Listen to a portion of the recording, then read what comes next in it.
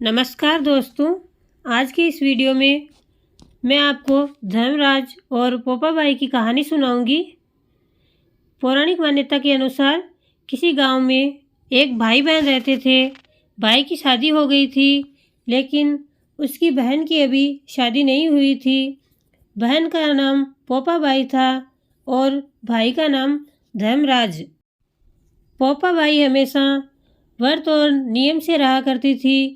एक दिन उसके भाई भाभी ने उससे शादी करने के लिए कहा, तब उसने शादी के लिए मना कर दिया और उसने अपने भाई भाभी से कहा, मेरे रहने के लिए गांव में एक झोंपड़ी बनवा दो, मैं उसी में रहकर अपना जीवन व्यतीत कर लूँगी, लेकिन मैं शादी नहीं करूँगी। और उसके बाद उसने गांव के सभी लोगों से कहा, हे गांव वालों, आप लोग अपने अपने गाय बछड़े को मेरे झोंपड़े के पास घास चरने के लिए छोड़ दिया करो। मैं सभी के गाय बछड़ों की देखभाल किया करूँगी और जो भी बचा कुचा खाना हो वह आप लोग मुझे भेज देना, मैं वही खाकर रह लूँगी, अपना गुजारा कर लूँगी। इसी तरह बहुत दिन बीत गए। एक दिन उस देश का राजा शिकार खेलने जंगल में जा रहा था, तो उसकी नज़र गांव के बाहर बने पोपाबाई के झोंपड़े पर पड़ी। राजा झोंपड़े के पास जाकर आवाज़ लगाने लगा, यहाँ कौन रहता है? जब कोई भी उत्तर नहीं मिला तो झोंपड़े के दरवाजे को खटखटाने लगा। खटखटाने की आवाज़ सुनकर पोपाबाई ने अंदर से ही पूछा, बाहर कौन है और बार बार मेरी झोंपड़ी का दरवाज़ा क्यों खटखटा रहे हो? क्या काम है? तब राजा ने उत्तर दिया, मैं इस देश का राजा हूँ और मैं तुमसे विवाह करना चाहता हूँ।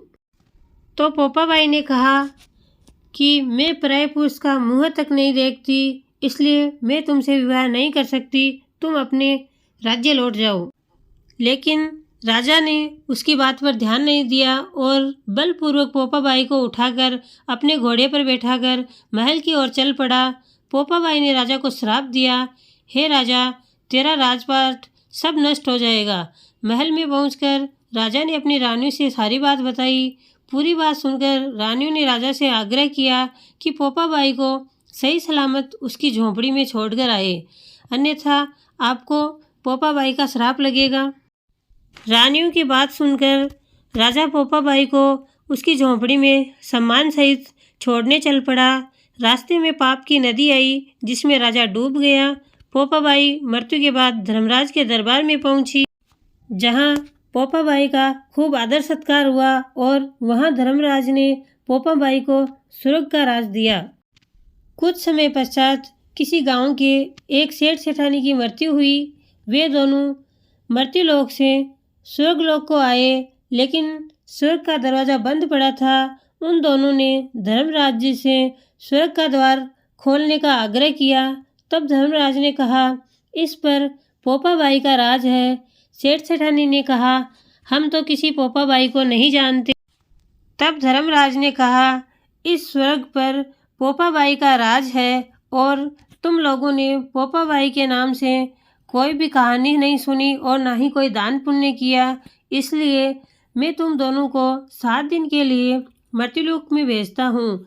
वहाँ जाकर 8 खोपरा से राई भरकर 5 कपड़ा ऊपर रखकर कहानी सुनना और उद्यापन करना और इस प्रकार कहना, राज है पोपाबाई का, लेखा लेगी राई राई का। धर्मराज के कहे अनुसार सेठ सेठानी वापस मर्त्युलोक गए और 7 दिन की कहानी सुनकर उद्यापन किया और फिर से स्वर्गलोक को आ गए, जहाँ पर पोपाबाई ने उनको स्वर्ग में जगह दी। हे धर्मराज जी महाराज और पोपाबाई, जिस प्रकार सेठ सेठानी को स्वर्ग में जगह दी, उसी प्रकार सबको देना, कहानी सुनने वालों को, हुंकारा भरने वालों को और पूरे परिवार को देना। जय पोपाबाई की, जय हो धर्मराज जी महाराज की।